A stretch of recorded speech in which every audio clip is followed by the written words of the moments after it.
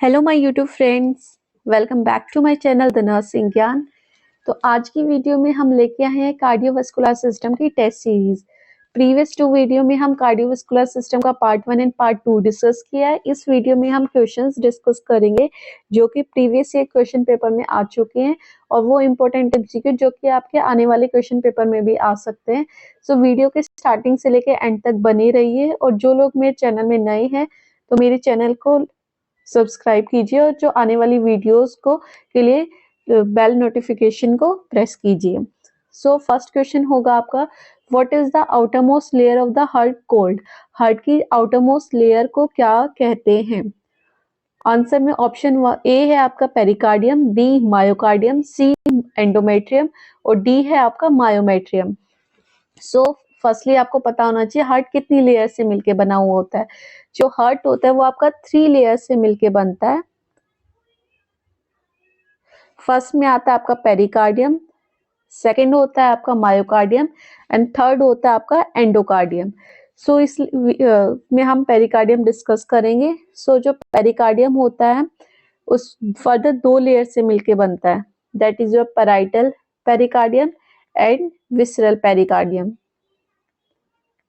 इन दोनों लेयर्स के बीच एक में स्पेस होता है जिसको बोलते हैं पेरिकार्डियल स्पेस, और उस स्पेस में फ्लूइड एक्यूमुलेटेड होता है जिसको बोलते हैं पेरिकार्डियल फ्लूइड। उसका नॉर्मल वॉल्यूम होता है 5 to 20 ml। अगर जो ये वॉल्यूम है 20 ml से एक्सीड हो जाता है तो उस कंडीशन को बोलते हैं हम कार्डियक टेम्पोनेड। जो कार्डियक टेम्पोनेड एक पैथोलॉजिकल कंडीशन है। इसमें भी 2 टाइप्स के होते हैं, acute and chronic. Acute and chronic. अब जो पेरिकार्डियल का फ्लूइड है वो 20 to 50 ml होता है, तो उस कंडीशन में हम बोलेंगे उसको एक्यूट कार्डियक टेम्पोनेट। और इफ अगर जो वॉल्यूम है वो 50 ml से एक्सीड यानी कि ज्यादा हो जाता है तो उस कंडीशन को बोलेंगे हम chronic cardiac tamponade. So question है वो आपके ऐसे भी आ सकते हैं। सो आपको पता होने चाहिए। सो इसका करेक्ट आंसर होगा आपका पेरिकार्डियम। सो नेक्स्ट क्वेश्चन की तरफ चलते हैं। नेक्स्ट क्वेश्चन है आपका, SA node located in which layer of heart? Option A है आपका pericardium, B myocardium, C endocardium and D myometrium. So first layer हमने डिस्कस कर ली पेरिकार्डियम। पेरिकार्डियम में ऐसा कुछ था नहीं। सो अब हम डिस्कस करते हैं आपके सेकेंड लेयर मायोकार्डियम। तो जो आपका मायोकार्डियम होता है वो middle layer of the heart होता है और उसका क्या क्या फंक्शन होता है। First, conduction system of the heart को देखना, कंडक्शन सिस्टम को देखना। कंडक्शन सिस्टम का क्या काम होता है? हार्ट में इलेक्ट्रिकल इंपल्स को जनरेट करना। और जो इलेक्ट्रिकल इंपल्स है वो कैसे जनरेट होती है आपकी? SA node, AV node, bundle of his and Purkinje fibres. और जो आपका तो एसी नोड कहाँ प्रेजेंट होगी? आपकी मायोकार्डियम लेयर में प्रेजेंट हो गई। एसी नोड को हम क्वेश्चन ऐसे भी आ सकता है, वो is known as natural pacemaker of the heart. So natural pacemaker आपका एसी नोड को बोलेंगे, या फिर ऐसे भी बोल सकते हैं what is SA node stand for? SA node stand for your sinoatrial node. So question कैसे भी आ सकते हैं, तो आपको बेसिक आपका क्लियर होना चाहिए। इसके साथ साथ क्वेश्चन ऐसे भी आ सकता है, जो आपका मायोकार्डियम के और फंक्शंस क्या क्या होते हैं। कंडक्शन सिस्टम के साथ साथ मायोकार्डियम देखती है आपका ब्लड सप्लाई को। Blood supply of the heart को कौन देखता है? आपका मायोकार्डियम देखती है।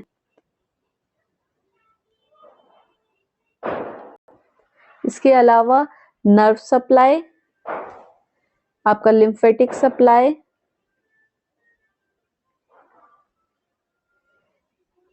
सब कौन देखती है? आपकी मायोकार्डियम देखती है।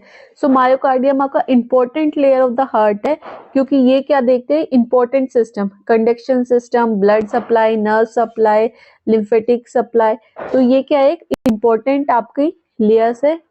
मेजर जो काम होता है वो आपका मायोकार्डियम ही करते हैं। इसके बाद जो एंडोकार्डियम होती है वो तो आपका innermost layer of the heart होती है और वो made up of epithelial tissues से मिलके बनी होती है।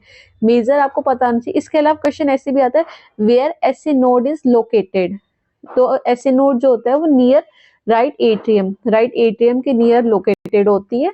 तो ऐसे आपको जो क्वेश्चंस होते हैं वो पता होने चाहिए। सो नेक्स्ट क्वेश्चन है आपका, baroreceptor reflex is responsible for. तो आपके ऑप्शंस देखते हैं, A regulating blood glucose level, B controlling body temperature, C controlling voluntary muscle movement, and D maintaining blood pressure stability. So इतना बेसिकली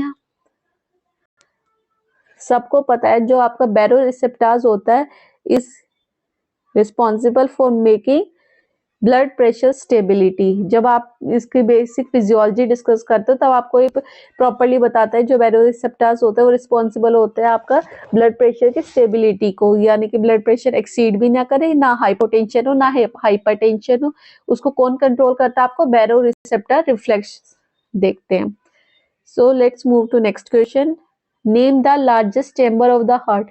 सो आपको पता होना चाहिए हार्ट कितने चैम्बर से मिलके बनता है? 4 चैम्बर से मिलके बनता है, left atrium, left ventricle, right atrium and right ventricle. ठीक है, सो आपका ऑप्शंस देख लेते हैं, left atrium, left ventricle, right atrium and right ventricle. इसमें पूछा है लार्जेस्ट चैम्बर कौन सा होता है, तो जो ये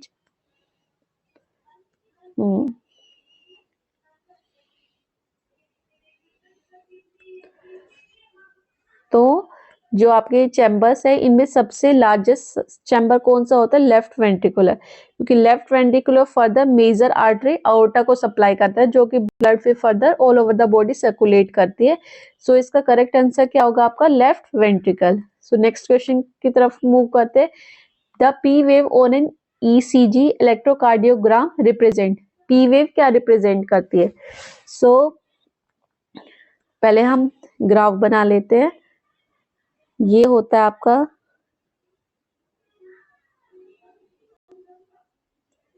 ईसीजी का ग्राफ, तो इसको बोलते हैं P wave. This is your Q, R, S and T wave. ठीक है, तो इसमें जो ये पी वेव होती है it is responsible for atrial depolarization. P wave में आपका एट्रियल डिपोलराइजेशन होगा। देन जो पी क्यू का जो इंटरवल है इसमें होगा आपका एट्रियल रिपोलराइजेशन। देन जो आपका क्यू आर एस इंटरवल है इसमें होता है आपका वेंट्रिकुलर का डिपोलराइजेशन, और जो एस टी इंटरवल होता है इसमें होता है आपका वेंट्रिकुलर का रिपोलराइजेशन। तो बेसिक्स आपको क्लियर हो गए होंगे। अब ऑप्शंस देख लेते हैं, atrial depolarization, B ventricular depolarization, C atrial repolarization, या डी वेंट्रिकुलर रिपोलराइजेशन। तो पी वेव का हमने डिस्कस किया, सो करेक्ट आंसर क्या होगा? Atrial depolarization. So option A is correct. Next question discuss करते हैं, the medical term for high blood pressure is. Options देख लेते हैं, hypertension, B hyperglycaemia, C hypotension and D hypoglycaemia. So कुछ question के लिए आपको हीट एंड ट्रायल मेथड भी यूज करना चाहिए, लाइक ग्लाइसीमिया वेट जो glycaemia stand for your sugar level. So hypo means less sugar level, hyper means more sugar level. अब option A और सी देखते हैं, hypotension, tension stand for your blood pressure and hypo means less blood pressure. So आपका questions में क्या पूछा गया है? High blood pressure. तो hyper means high and tension stand for blood pressure. So correct answer will be your hypertension. So next question की तरफ move करते हैं, the lub dub sound of the heart is produced by. So जो आपका लब dub sound होता है कब प्रोड्यूस होता है? जब आपके जो ब्लड होता है वो एक चैम्बर से दूसरे चैम्बर में जाता है, तब आपके वॉल्व की ओपनिंग एंड क्लोजिंग होती है, उसको तब कौन सा साउंड प्रोड्यूस होता है? आपका लब डब साउंड। सो इसके करेक्ट आंसर्स देख लेते हैं, option A opening and closing of atrioventricular valve, B opening and closing of semilunar valve, C contraction and relaxation of atria, या D contraction and relaxation of ventricle. So हमें पता है कि जब आपका एट्रियम से वेंट्रिकुलर में ब्लड जाता है तब आपका atrioventricular valve open and close होते हैं, जो कि अलाउड करते हैं ब्लड को फर्दर वन डायरेक्शन में मूव करने के लिए। सो करेक्ट आंसर क्या होगा? Option A. Thanks for watching. I hope जो मैंने क्वेश्चंस डिस्कस किया वो आपको इजीली समझ में आए होंगे। So thanks for watching, do like share and subscribe my channel, और मेरे चैनल से ऐसे जुड़े ही रहिए लेटेस्ट वीडियो की अपडेट्स के लिए। Thank you.